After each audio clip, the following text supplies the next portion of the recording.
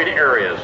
Watch now, ladies and gentlemen, the remarkable ability of the C-17. And he lifts off in a very, very short distance, raises that nose to 25 degrees on the horizon. A big, big aircraft like this, and I want you to watch the agility and the maneuverability of the C-17.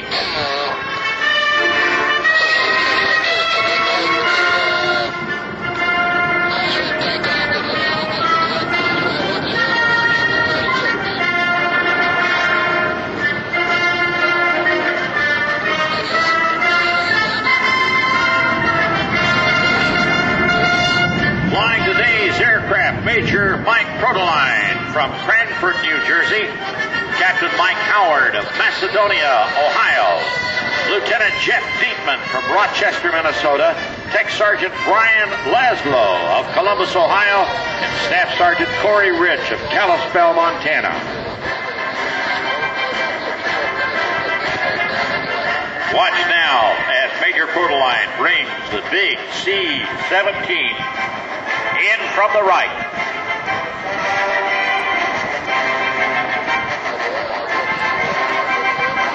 C-17 design includes a modern glass cockpit, heads-up display which projects a lot of images on the windscreen of the aircraft, and with an advanced cargo handling system, it allows it to operate with a crew of half the size of some of the other aircraft.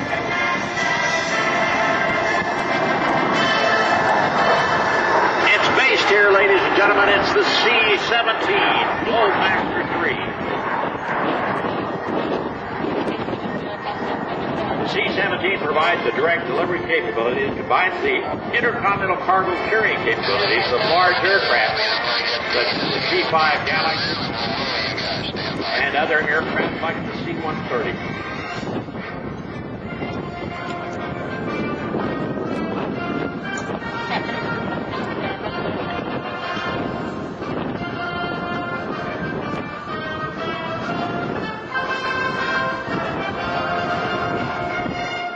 Now, as he turns inbound, to give you an idea of just how big this aircraft is, I want you to notice the upturned wingtips,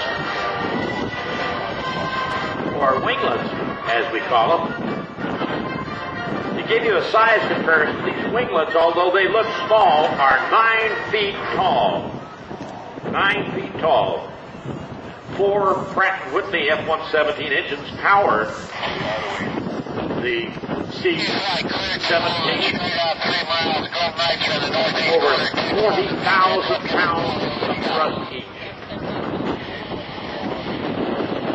Landing gear is down, and the flaps are down, as Major Protoline brings the C-17 in for a low approach in the landing configuration.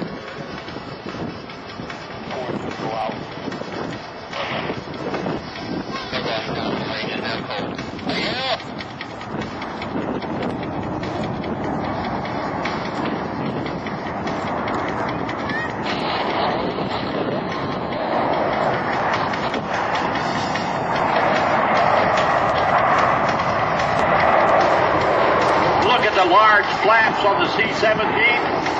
Like I said, those uplifted wings are 9 feet tall.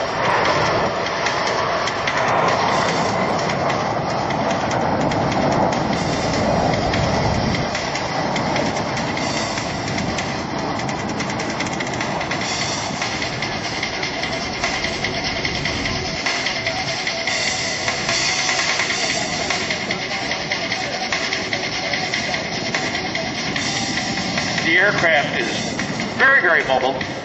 It's very, very agile, as I said. It's both high speed and low speed.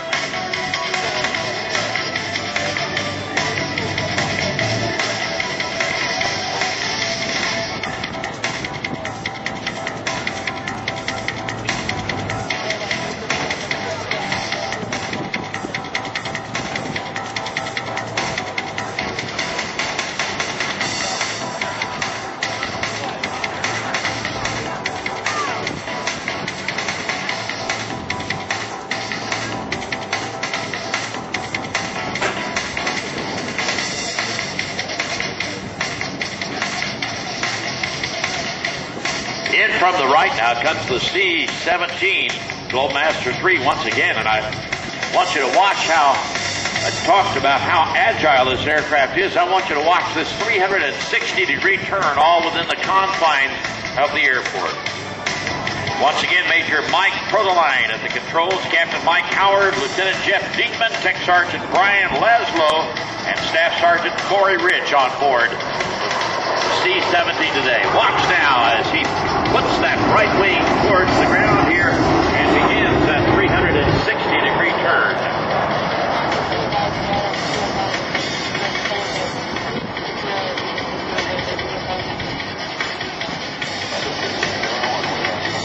The aircraft has a quadruple fly-by-wire system. What we mean by that is that the control surfaces react from inputs from the controls in a fly-by-wire system, and it's all electronic. All handled by computers.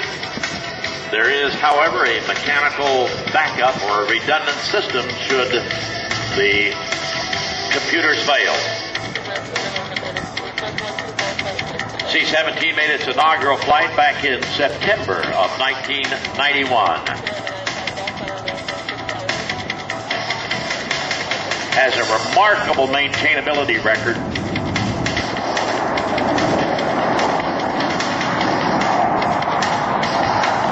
Handles almost like a little fighter aircraft, but it is a very, very large airplane. There's a tunnel in the tail going up that mechanics can actually go up into the tail to do some work on the C-17.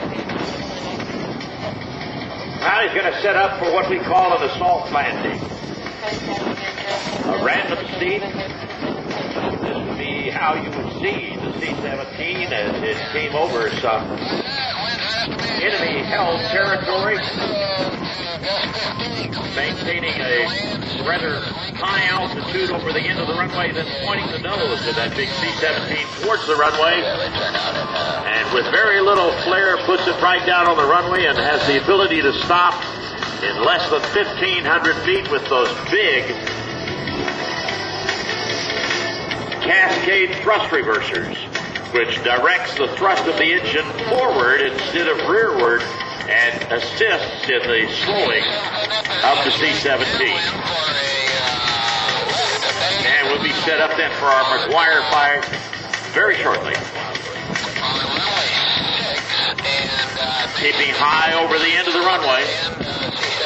Major Protoline will plant the C-17 on the runway, stop, and then back it up for you to show you how he can back that aircraft using those thrust reversers.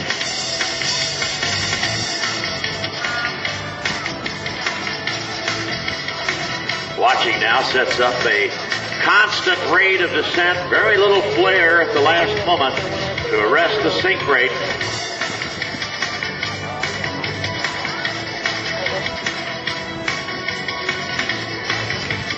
Touchdown. Reversers in, brakes on. Watch now as he stops this aircraft, this big aircraft, at less than 1,500 feet. Reversers still out. Adds power to direct that thrust forward and backs the airplane up.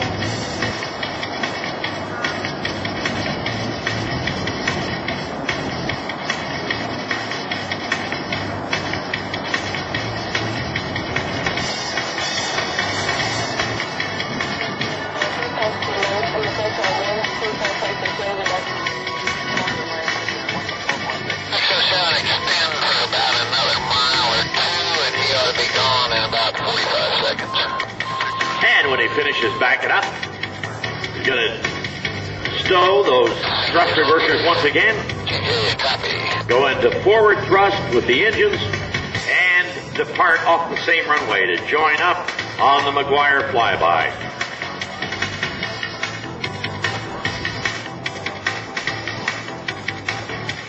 Yeah, go on, you can turn your base now. I think it'll work. Going through his last minute cockpit configuration checks. Once everything is in the green, then he'll power up those big Pratt & Whitney engines, release the brakes, and he'll be gone. And watch how rapidly he can get off the ground here.